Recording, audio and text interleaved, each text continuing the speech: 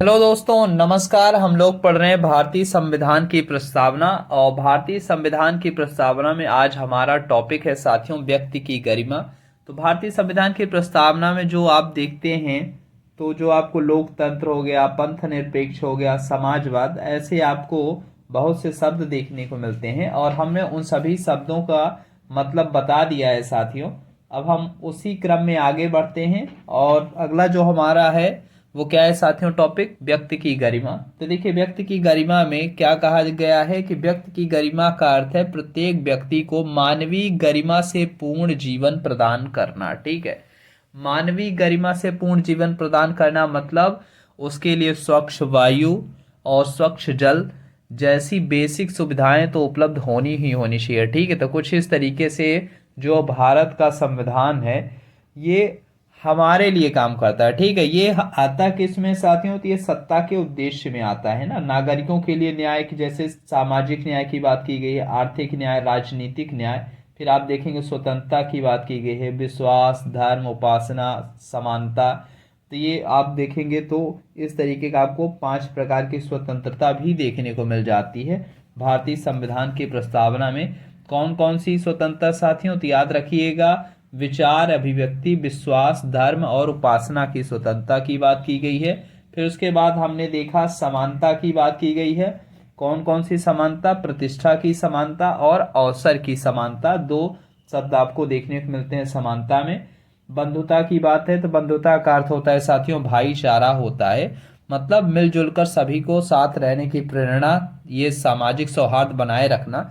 ये प्रेरणा हमें कहाँ से मिलती है, भारतीय संविधान की प्रस्तावना में। इसे आप भाईचारा भी कह सकते हैं और बंधुता भी कह सकते हैं। ठीक है, व्यक्ति की गरिमा हमने बता ही दिया कि मतलब प्रत्येक व्यक्ति को मानवीय गरिमा से पूर्ण जीवन प्रदान करना ही हमारे संविधान का लक्ष्य है साथियों, याद रखना है। नेक्स्ट अगर हम बात करें साथियों, तो अगला है हमारा टॉपिक एकता और अखंडता। तो देखिए, एकता का मतलब क्या है, अखंडता का मतलब, तो एकता एक मनोवैज्ञानिक संकल्पना है जिसका अर्थ है भारत के सभी नागरिकों में एक होने की भावना विकसित करना। मतलब भारत के सभी नागरिकों में, अगर हम राज्य की दृष्टि से देखें तो जैसे अगर यूपी वाले की बात करें तो उत्तर प्रदेश और केरल में रहने वाले दोनों में क्या है, रहन सहन खान पान में काफ़ी ज़्यादा डिफरेंसेस देखने को मिल जाएंगे। लेकिन अगर हम नागरिकता की बात करें तो यूपी वाला भी भारतीय नागरिक है, इंडियन सिटीजन है, और साथ ही साथ केरल में जो रहता है वो भी इंडियन सिटीजन है। मतलब आप किसी भी स्टेट के रहने वाले हो, इससे कोई फर्क नहीं पड़ता, आप क्या हैं, भारतीय नागरिक है। ठीक है, तो ये आपको एकता का भाव दिलाता है कौन, भारतीय संविधान। ठीक है, नेक्स्ट अगर हम बात करते हैं साथियों, हाँ, आप निवासी जरूर हो सकते हैं उत्तर प्रदेश के, आप निवासी हो सकते हैं झारखंड के, आप कहीं भी निवास कर सकते हैं। मतलब भारतीय क्षेत्र है जो आपका 28 राज्य और 8 जो केंद्र शासित प्रदेश हैं, आप कहीं के भी निवासी हो सकते हैं। इसीलिए आप देखेंगे तो निवास प्रमाण पत्र बनता है। लेकिन जब नागरिकता की बात की जाती है तो नागरिकता आपकी भारतीय है। ठीक है, इतना याद रखिएगा। आप चाहे किसी धर्म से हो, किसी क्षेत्र से हो, किसी जाति से हो, इससे कोई फर्क नहीं पड़ता, आप भारतीय हैं। हम सब भारतीय हैं, मतलब सीधा सा नियम ये याद रखना है।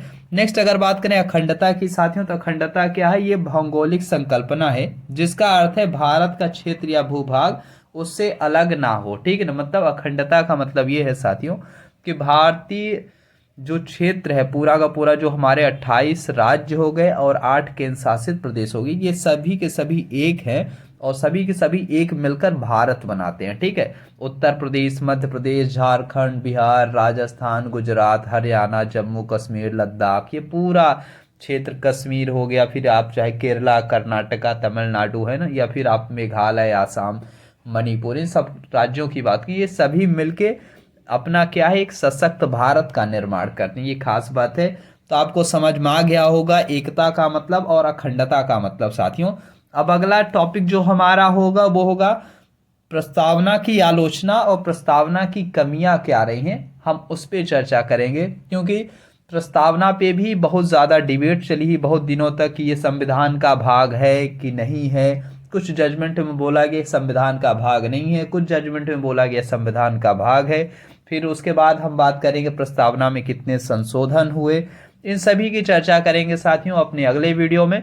तो मिलते हैं अपने अगले वीडियो में, तब तक के लिए आप सभी को नमस्कार। और साथ ही साथ आपको ये याद रखना है, अगर आप हमारे चैनल पे नए हैं तो बिल्कुल आप सब्सक्राइब करके जाइएगा और साथ ही साथ वीडियो को शेयर करिएगा अपने दोस्तों साथियों के साथ, जिन्हें ये जानने की ज़रूरत है एकता का मतलब क्या है, अखंडता का मतलब क्या है, व्यक्ति की गरिमा का मतलब क्या है, और साथ ही साथ भारतीय संविधान क्या है। ठीक ना, क्योंकि देखिए आप संविधान को बहुत लोगों से सुनेंगे कि भारत का संविधान है, ये है वो है, लेकिन एक्चुअल में किसी ने बताया नहीं कि संविधान हमें क्या पावर देता है। तो ये सारी चीज़ें हम सीखने वाले हैं अपने इस चैनल के माध्यम से साथियों, तो बने रहिएगा हमारे साथ इस चैनल पे।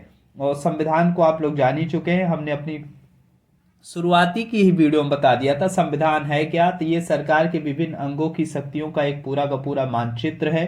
एक तरीके से कहते हैं संविधान में ही सारी चीज़ें लिखित हैं। ठीक ना, कि किसको क्या काम करना है, हम नागरिक हैं तो हमारे अधिकार क्या हैं, और साथ ही साथ हमारे कर्तव्य क्या हैं, सरकार क्या होती है, सरकार की शक्तियां क्या होती हैं। ये सारी चीज़ें आपको कहाँ देखने को मिलता है, संविधान में, भारत के संविधान में देखने को मिलता है। और भारत में भारत का संविधान सर्वोपरि है, इतना याद रखिएगा। कौन सर्वोपरि है, भारत का संविधान। ठीक है, चाहे सरकार हो या व्यक्ति हो, नागरिक हो, सबको संविधान के अकॉर्डिंग ही चलना है। ठीक है, तो इतना याद रखिएगा। तो मिलते हैं अपने नेक्स्ट वीडियो में साथियों, तब तक के लिए आप सभी को नमस्कार।